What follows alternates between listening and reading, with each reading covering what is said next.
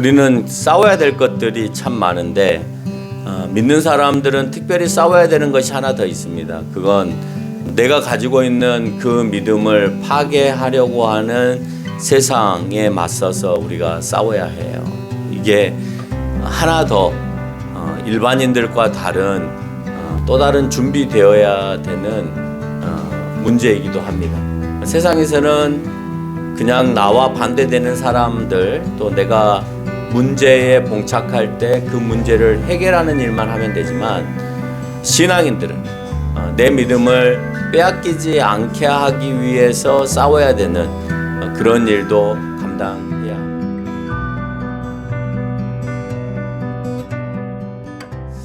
첫걸음교회 25년도 주제가 믿음으로 도약하자입니다. 믿음으로.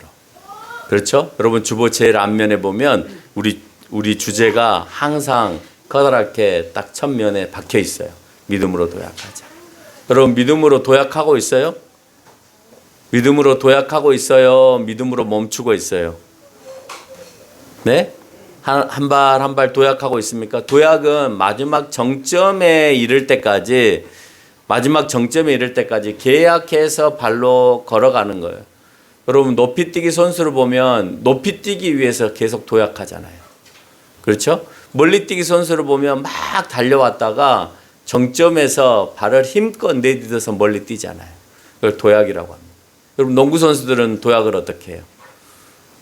골대에 골을 넣기 위해서 공을 최대한 높이 올려서 집어 던지죠. 그러니까 발을 튕겨서 골대를 향하여 열심히 튀어 올라가야만이 골대에 가깝게 공을 집어넣을 수 있죠. 그래서 우리 역시도 마찬가지로 하나님의 나라에 이르기 위해서는 이 땅에서 계속되어지는 믿음의 도약들이 필요하다. 한 방에 가는 게 아니에요. 그 도약이 있어야 가능한데, 그 도약은 내가 믿음이 계속해서 쌓여가야 가능하다라고 합니다. 골로새서는 전체적으로 그리스도에 대한 믿음과 사랑을 설명하는 책입니다. 특별히 오늘 그 중에서도 믿음에 관한 말씀을 전하고자 해요. 어제 제가 믿음과 사랑을 다 준비했다가 양이 한 9장 정도 되니까 이걸 다 하면 오늘 2시간은 내가 설교를 해야 되겠더라고요. 그러니까 도저히 안 되겠다. 절반 나누자라고 생각을 해서 오늘 믿음 부분만. 다음 주에는 그럼 뭐라 할까요?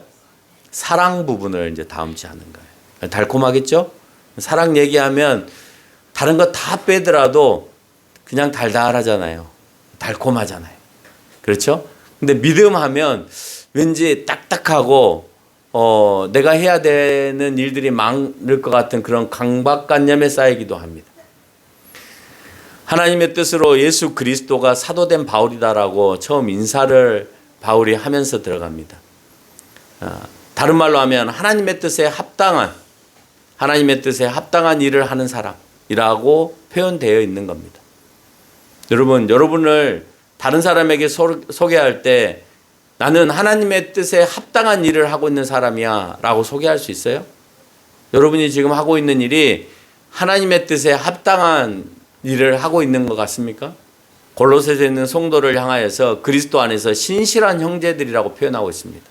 이는 바울은 철저히 그리스도 안에 있는 사람에게만 하나님의 은혜와 평강의 축복이 있다라고 얘기를 하는 것입니다. 그리스도 밖에 있는 사람, 우리가 그리스도 안에 있는 사람을 믿음 있는 사람이라고 얘기를 해요. 그러니까 그리스도 안에 있는 사람에게만 하나님의 은혜와 평강이 있다라고 안부를 묻습니다. 그러니까 여러분이 내가 은혜 받기를 원한다, 내 마음이 평강을 얻기를 원한다라고 한다는 것은 그리스도를 믿고 그 안에 거주해야 내 안에 은혜와 평강이 넘치나요. 그리스도께서 주시는 은혜와 평강이 있는 거예요. 여러분 그리스도 밖에 있으면 그리스도 밖에서 은혜와 평강을 받기를 원해요. 여러분 그 은혜는 예수님을 통해서 받는 은혜가 아니라 세상에 능력 있는 사람을 통하여서 나에게 뭔가 흘려지기를 원하는 은혜이고, 또한 여기서 평강이라고 하는 것은 예수님을 통하여서 예수님의 뜻을 이루어가는 평강을 얘기하는 것이 아니라 예수님 밖에 있는 사람들은 세상에 있는 것들에 대한 문제 해결을 통하여서 내가 평강을 얻는다라고 착각하는 거예요. 여러분 아직도 믿음과 세상에서 해결해야 되는 것들 가운데에서 갈등과 고민 속에서 무엇을 붙들어야 될지 모른다면 여러분은 아직도 믿음이 약한 사람들이다라고 말할 수 있는 거죠. 바울은 기도할 때 감사한다 그랬습니다. 감사한 이유는 1장 4절에서 보니까 너희의 믿음과 모든 성도에 대한 사랑 때문이다라고 했어요. 오늘 이 중에서 무엇만 가지고 여러분하고 말씀을 하겠다고요? 믿음만 가지고 얘기를 하겠다고요. 사랑은 다음 주에 얘기를 하겠다고요. 믿음의 시작은 바울이 늘 그렇듯이 1장 5절에서 하늘에 쌓아둔 소망으로 표현합니다. 그것이 복음의 진리의 말씀이에요. 여러분 믿음의 귀결은 마지막 종착지는 하늘에 쌓아둔 소망이에요. 여러분 하늘에 쌓아둔 소망이라는 게 뭐예요? 하늘에 여러분 뭔 소망을 쌓아놨어요? 천국 가는 걸 쌓아놨어요. 여러분 거기에 다 귀결이 됩니다. 너희들 왜 신앙생활하니? 너희들 왜 주일날 그 귀한 시간을 내서 예배에 참여하니? 왜 성경을 보고 기도해? 결국 뭐 하기 위해서? 천국이라고 하는 것을 내 것으로 만들기 위해서 그런 그 소망이 이루어지기를 바라는 마음에서. 왜? 그게 세상의 돈보다도 세상의 부보다도 또 세상의 명예보다도 세상의 권력보다도 내가 최종적으로 영원히 갖고 싶은 것이기 때문에 그렇다라고 하는 것입니다. 이것이 복음의 진리의 말씀이고 이 이상의 복음의 진리는 없어요. 여러분 교회 와서 뭔가 다른 것을 얻기 위해서 오셨다면 그건 잘못 온 거예요. 교회에서 자꾸 교회에 와서 목사님이 안수해서 병을 고쳐주는 일을 하게 된다. 목사님이 기도하면 직장을 잡을 수 있다. 목사님이 기도하면 동쪽으로 가서 집을 사야 될지 서쪽으로 가서 집을 사면 돈을 벌 수 있는 집을 살 수 있을지 가르쳐준다. 여러분 그걸 가르쳐주는 교회라면 그건 거짓말인 교회인 거고요. 그걸 원해서 이 시간에 여기 와 있다면 여러분은 잘못 와 있는 거예요. 교회는 천국으로 여러분을 인도하기 위해서이고 천국으로 인도하기 위해서 예수 그리스도를 믿게 하는 것이고요. 예수 그리스도를 믿는데 무엇을 믿는지를 모르는 이들에게 예수 그리스도의 이 부분을 우리가 믿는 거야 라고 하는 것을 가르쳐 주는 거예요. 하나님 나라에 대한 소망은 예수 그리스도 안에서 가능하고 그 소망은 하나님의 은혜로 거저 주시는 거예요. 여러분이 얻고 싶다고 해서 얻어지는 것이 아니라 하나님께서 여러분에게 거저 주시는 은혜다. 그래서 천국에 대한 확증은 여러분이 갖고 싶다고 갖는 것이 아니라 여러분이 마음속에 자연스럽게 와서 믿어지는 거예요. 믿어지는 사람만이 천국이 여러분의 것이에요. 내가 여기서 여러분 아무리 천국을 소유하십시오. 천국에 대한 소망을 가지십시오. 천국이 여러분의 것입니다라고 해도 믿어지지 않으면 여러분의 것이 아니다라고 하는 것입니다. 따라서 이 소망을 소유하기 위해서는 우리가 그리스도 안에 거해야 돼요. 아무나 천국을 갖는 게 아니에요. 첫 번째는 예수 그리스도가 나의 구세주라고 하는 사실이 인정이 돼야 돼요. 예수님이 내 죄를 위해서 십자가에 못 박히심에 대해서 내가 믿어져야 되는 거예요. 그것만 생각하면 너무 은혜스러워야 되는 거죠. 내 죄를 예수님께서 도말하셨다고? 없애주셨다고? 그게 믿어지고 그래서 나는 내가 죄를 지을 때마다 예수님께 나와서 기도하게 되어지는 습관이 이루어질 때 나는 그리스도 안에 거하는 사람이고 그리스도 안에서 거하는 삶을 살아가는 믿음 있는 사람이다라고 하는 거예요. 그 믿음은 1장 6절에서 열매를 맺고 자라나는 것입니다. 열매를 맺지 못하면 믿음이 없는 거예요. 내가 예수님을 믿고 천국의 소망을 가졌어? 그러면 그것을 누군가에게 전하지 않으면 안 되는 갈급함이 있는 거죠. 여러분 주변에서 뭔가 일어났어요. 뭐 지진이 여러분 집 앞에 일어나서 땅이 갈라졌어요. 여러분 그러면 그 소식을 다른 사람에게 안 전하고 싶겠어요? 막 사진으로 찍고 영상으로 찍고 해서 페이스북에도 올리고 친구들한테도 보내고 막 하면서 봐 우리 동네 앞에 지진이 일어났어 라고 얘기하지 않겠어요? 마찬가지로 여러분이 정말 새로운 사실을 알게 되었고 내 마음에 뜨거움이 있으면 그걸 내가 안 전한다고요? 그건 거짓말이에요. 내가 성령의 체험을 하였고 하나님 나라에 대한 확신을 얻는 놀라운 일이 내 가운데서 일어났는데 내가 그걸 전하지 않는다고요? 안 전할 수 없는 거예요. 전해야 되는 거예요. 어느 정도로 전하냐? 미칠 정도로 전해요. 여러분 예수 그리스도를 처음 믿었을 때 여러분 잘 아시잖아요. 얼마나 그 뜨거움으로 복음을 전했는지. 근데 그 뜨거움이 어느 순간에 있다가 사라져버리면 안 되는 거죠. 계속해서 그 복음이 전해져야 되고 연결돼야 되고 해야 되는 우리의 일들이다라고 하는 겁니다. 이 말을 빌립보서와 에베소서 우리 앞에 책들에서도 계속해서 똑같이 반복하고 있습니다. 열매를 맺으려면 첫째는 복음을 전해야 해요. 열매를 맺으려면 씨를 뿌려야 되잖아요. 그 씨가 복음을 전하는 거예요. 여러분, 그 다음에 그 열매를 아름답게 만드는 것은 내 역할이 아닐 수 있어요. 나는 씨 뿌리는 것만 잘할 수 있죠. 씨를 뿌리고 각 뿌리는 것을 잘하는 사람은 또 따로 있을 수 있어요. 어쨌든 씨는 누구나 다 뿌릴 수 있는 거기 때문에 내가 알고 있는 복음을 가지고 씨를 뿌리는 겁니다.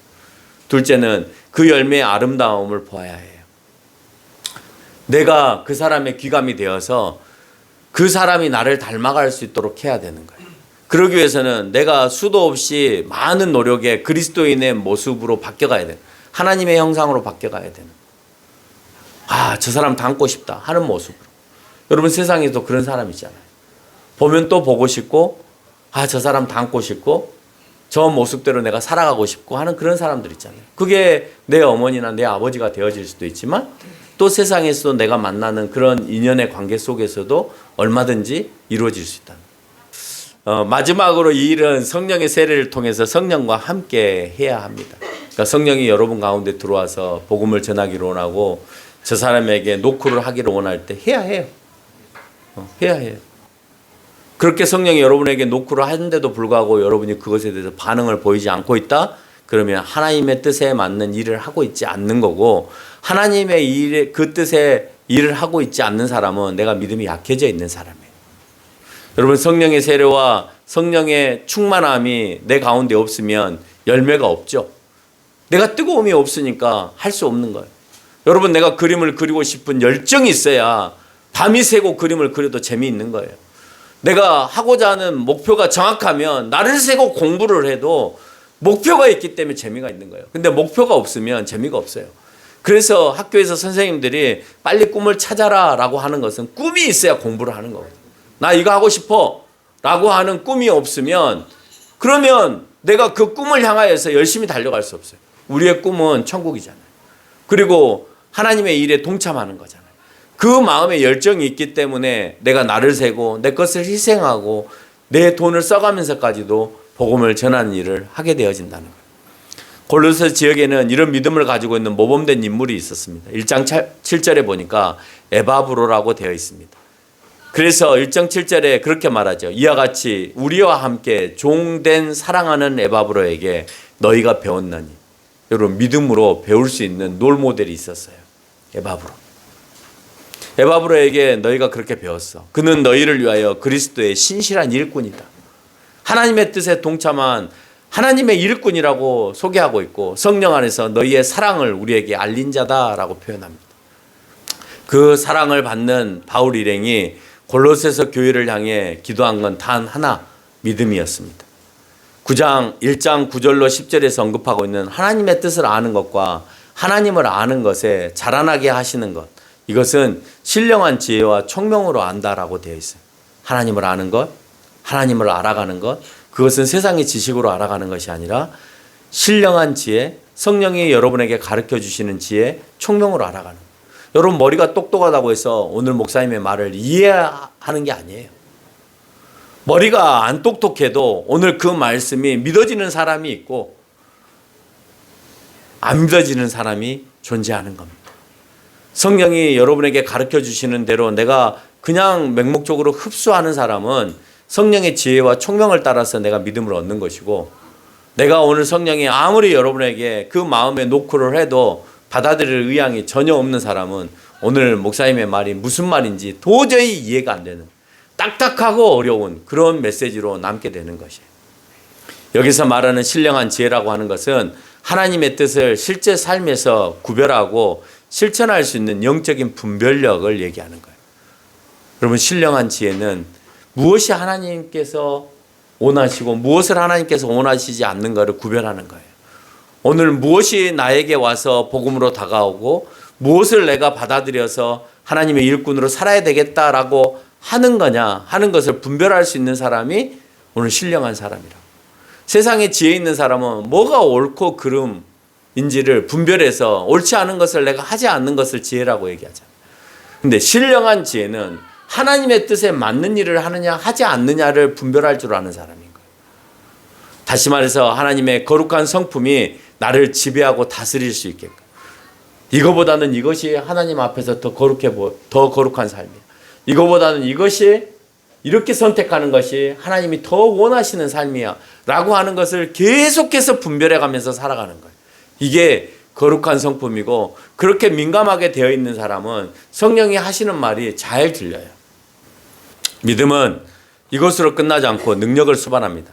그 힘은 하나님의 위대하심과 임재를 통해서 나타나요. 우리는 능력하면 금 나와라 뚝딱하면 금 나오고, 또 똑똑해져라 뚝딱하면 똑똑해지고 하는 것을 능력이라고 생각해요. 내가 뭔가를 못 해내는데 하나님 들어주세요 하고 내가 손을 얹고 했더니 이루어졌어.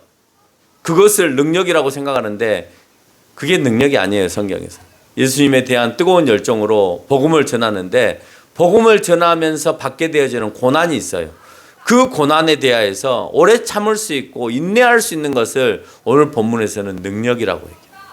여러분, 오래 참고 인내하는 것 쉽지 않잖아요. 내가 2번만 기다릴게. 여러분 자녀들한테 늘 했던 말.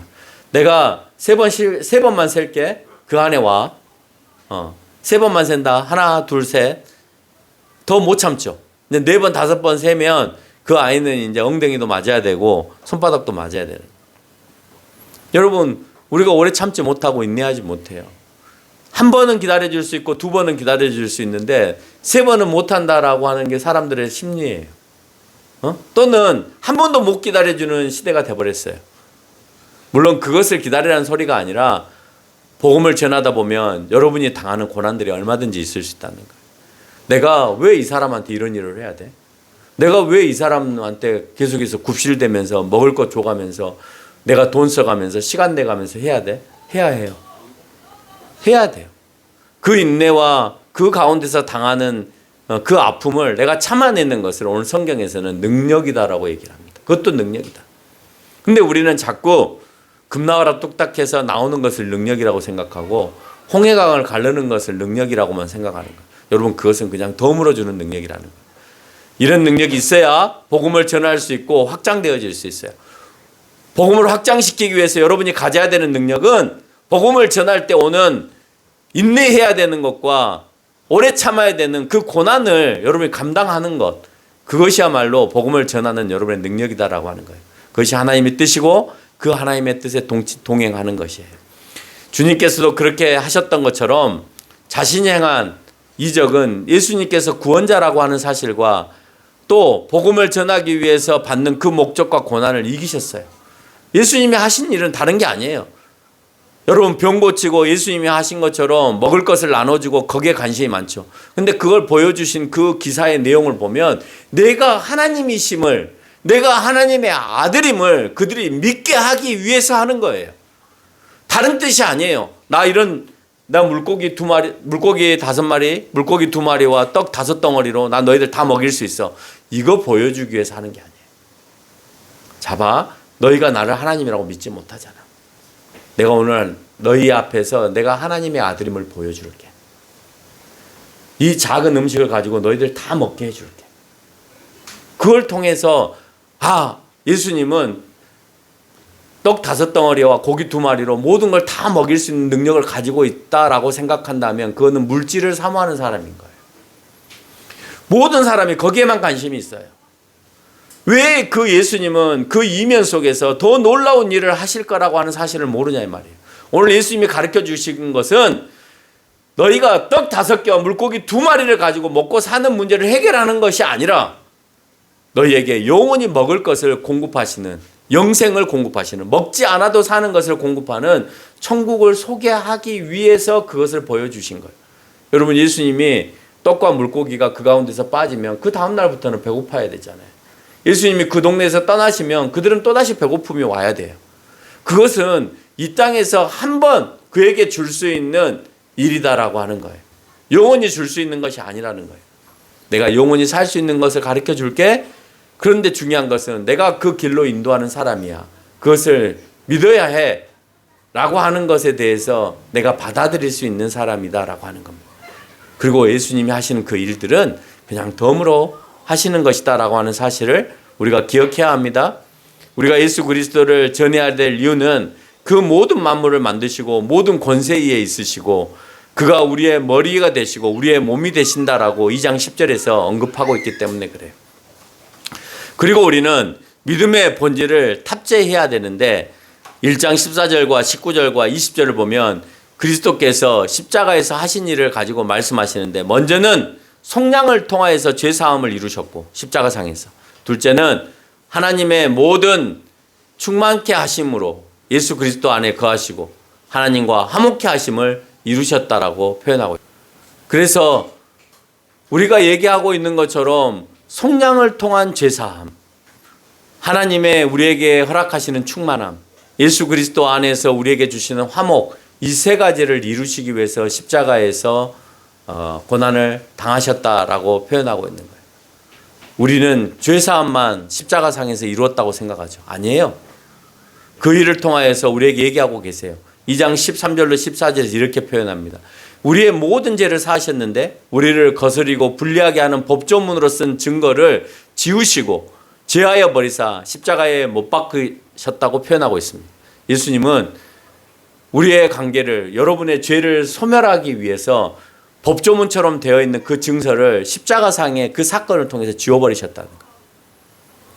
여러분, 법에서도요, 그 사람이 고소가 되어지고 기소가 되어져서 이제 검사가 그 사람을 이제 수사를 하게 되잖아요. 수사를 하게 되는데 그 사람이 죽어버렸어요. 그러면 어떻게 돼요? 기소권 없음이 되는 거예요. 누구를 데리고 수사를 할 거예요? 죽어버렸는데. 그렇죠. 오늘 예수님의 죽으심은 여러분의 모든 죄를 품고 돌아가신 거예요. 그러니까 기소권 없음이 된 거죠. 여러분이 죄가 없어서가 아니라 내가 그 죄를 다 품고 가겠다라고 하는 거예요. 여러분, 세상 법에서 그러잖아요. 그 당시에 법조문도 그랬다는 거예요. 그래서 법조문에 네 죄가 뭐라고 쓰여져 있는데 그 증서를 내가 십자가의 죽음으로 인해서 지워버렸다는 거예요. 기소권 없음으로. 그래서 내 안에 너희의 죄를 속량했다는 거예요. 내가 너희의 죄를 다 가지고 갔다는 거예요. 내가 포함시켰다는 거예요. 그러니 이제는 내 앞에서 너희의 죄를 고백하면 너희의 죄는 지금부터 소멸되어짐에 대한 언급을 하고 있다는 겁니다. 우리의 죄의 해결이 예수님이 아니고는 하실 수 없음. 그래서 하나님께서는 예수님이 하셨기 때문에 만족하신다라고 표현하고 있고, 죄로 인해 하나님과 단절되어 있는 관계가, 죄로 인해서 하나님은 거룩하시기 때문에 죄가 개입되니까 하나님과 인간의 관계는 단절되었죠. 그래서 기도해도 듣지 않으시는 거예요. 단절되어 있는 상태이기 때문에. 여러분이 기도해도 응답하지 않으시는 이유는 여러분이 하나님과의 관계가 단절되어 있기 때문에 그래요. 근데 여러분이 하나님과의 관계가 연결되어 있으면 어떤 답을 주시든지 간에 나는 그 답을 알고 있기 때문에 그 마음에 평안이 있는 거예요. 예수님을 통해서 회복해 되시는 화목하게 하심을 이루셨다라고 표현하는 거예요. 예수님과 단절되어서 원수되었는데 예수님의 그 사건을 통해서 화목하게 되셨다. 이런 믿음과 복음을 소유한 사람은 소망이 흔들리지 아니한다라고 되어 있습니다. 예수 그리스도를 아는 것은 하나님의 뜻과 계획을 아는 것이고, 그것은 1장 26절과 27절에서 말하고 있는 비밀을 아는 것이에요. 여러분, 비밀은 아무나 아나요? 아니에요. 비밀은 정말 알아야 되는 사람에게만 가르쳐 주는 거예요. 야, 이거 비밀이야. 이거 비밀이야. 내가 정말 가르쳐 주고 싶은 사람에게만 가르쳐 주죠. 근데 그 가르쳐 줬던 사람은 또 자기가 가르쳐 주고 싶은 사람이 있으니까 또 그 비밀을 다른 사람한테 가르쳐 주겠죠. 또 그 사람은 자기가 또 이 비밀을 가르쳐 주고 싶은 사람이 있으니까 또 가르쳐 주겠죠. 비밀임에도 불구하고 이것을 여러분 모든 사람에게 확장되어지기를 하나님은 노골적으로 원하세요. 근데 모두가 다 알지 못한다. 이 비밀을. 아무리 이 비밀을 설명해 줘도 알아듣지 못해. 그래서 모두가 이 비밀의 안에 감춰져 있는 이 보화를 알 수가 없는 거예요. 2장 2절로 3절에서 그리스도를 깨닫는 것은 하늘의 비밀이라고 하고 있습니다. 그리스도 안에 지혜와 지식의 모든 보화가 감춰져 있다라고 얘기해요. 이 안에 비밀이 감춰져 있고 보화가 감춰져 있어요. 그 보화가 뭐예요? 천국인 거예요. 그 보화를 발견해야 되는데 여러분 보화를 여러분에게 줬는데도 그 말이 무슨 말인지 이해하지 못해요. 왜? 비밀이기 때문에. 성령을 통해서만 그 열쇠로 그것을 열 수 있다라고 표현하고 있는 것입니다. 오늘 본문 2장 7절에서 보면 지식을 자랑하는 철학과 헛된 속임수로 너희를 꼬시고 있다라고 표현합니다. 여러분, 내가 비밀을 알았는데 그 비밀을 다른 방법으로 막 속이는 거예요. 아, 그거 아니야. 너 거기에 속아서 넘어가면 안 돼. 세상에 더 좋은 것들이 많은데 왜 너희들 거기에 속아 넘어가? 거기에 왜 시간 낭비해? 왜 거기에 돈 낭비해? 왜 거기에다가 많은 것들을 낭비해? 아니야. 그거 하지 마. 사람은 사람이 살아가는 거야. 철학적으로 설명하고 헛된 것으로 여러분을 속입니다. 그래서 여러분의 믿음을 빼앗아갑니다. 당시에도 그랬다라고 표현이 되어 있죠. 영지주의자들처럼 영은 선하고 육은 악한데 예수가 육체의 몸을 입고 왔다고? 그건 거짓말이야. 하나님 아니야. 라고 여러분의 믿음을 빼앗아갑니다. 2장 16절에서 언급하고 있는 것처럼 율법주의가 그들의 마음을 빼앗아갑니다. 모든 절기를 지켜야만 너희들이 온전히 하나님의 자녀야 라는 말로 표현하는 거예요. 그래서 그 날들 안식일을 지키고 절기를 지키고 하는 것을 너희들 지키지 않지? 그거 옳지 않아 라고 비판하는 거예요. 2장 18절에서는 천사 숭배와 같은 신비주의자들이 그들의 마음을 현혹시켜서 예수 그리스도를 믿는 것을 방해하였다라고 되어 있습니다. 그런데 오늘 바울은 2장 20절에서 그 모든 것들은 세상의 초등학문이고 그것은 있다가 없어지는 것이라고 표현해요. 여러분, 영지주의라고 하는 최고의 그런 철학적 사조가 여러분 가운데 있나요? 그 당시에 있다가 없는 거예요. 여러분, 육체는 악하고 영은 선한가요? 여러분, 그 사실을 지금도 믿고 있나요? 안 믿고 있잖아요. 유대주의가 믿고 있는 그 절기와 날들을 지키면서 살아가나요? 그거 안 지키면 그때는 죽는 줄 알았는데 지금 안 지키잖아요. 여러분, 성경은 얘기하고 있는 거예요. 그거는 있다가 없어지는 초등학문과 같은 것이다. 깊이 있는 학문도 아니고 없어지는 불필요한 지식이고 지혜이다. 그걸 가지고 우리를 설득한다라고 표현합니다. 결론을 맺겠습니다. 바울은 지혜와 지식은 삼위의 하나님을 아는 것이고 하나님의 뜻은 그 아는 지식을 또는 복음을 전하는 것이다라고 표현하는 겁니다. 바울은 1장 28절에서 우리를 예수를 전파하고 각 사람을 그리스도 안에서 완전한 자로 세우고자 하는 것이다라고 하고 있어요. 거기에는 뭐가 따라요? 복음을 전하는 데는 고난이 따라요. 우리의 본이 되어주신 예수님께서도 그 고난 가운데에서 성령의 능력으로 이기셨어요. 1장 24절에서 그의 몸된 교회를 위해서 오늘 바울도 역시 나는 고난으로 그것을 채운다라고 표현하고 있어요. 여러분, 주님께서 사신 이 교회를 위해서 고난 가운데 복음을 전하고 하나님의 그 일과 뜻을 감당해낼 수 있는 여러분이 되실 걸로 믿고 또 소원하십니까? 쉽지 않죠. 쉽지 않죠. 예배 자세부터 바로 해야 되는 거죠. 이 일을 하는 우리에게는 성령도 우리 안에서 역사하십니다. 바울은 1장 29절에서 이렇게 설명합니다. 이를 위하여 나도 내 속에서 능력으로 역사하시는 이의 역사를 따라 힘을 다하여 수고한다. 여러분, 성령이 여러분을 움직이고 계세요. 그 움직임에 내가 반응을 해야 되는 거고, 그리고 나는 그렇게 살아가야 되는 거예요. 그렇게 사는 사람이 천국을 소유하는 거예요. 그렇게 하지 않는 사람은 천국을 소유했다라고 말할 수 없는 거예요. 그러면 아파서 누워있는 사람은 천국을 소유하지 못하겠네요. 그 능력을 따라 할 수 없기 때문에. 아니요. 그 자세에서도 얼마든지 복음을 전할 수 있고 그 자세에서도 얼마든지 내가 하나님의 나라에 대해서 표현할 수 있어요. 내가 하나님의 나라를 소유한 것에 대해서 얼마든지 표현할 수 있어요. 믿는 사람에게도 표현할 수 있고 믿지 않은 사람에게도 표현할 수 있어요. 성령의 역사가 나를 통해 나타나려면 예수님의 제자들처럼 선지자들처럼 하나님의 뜻에 맞게끔 그리스도의 복음을 위해서 전할 수 있어야 되는 거고, 그 전함 가운데서 그 선지자나 그 제자들은 고통 가운데서도 그것을 이겨냈다라고 하는 사실을 기억하는 저와 여러분이 되시기를 바랍니다.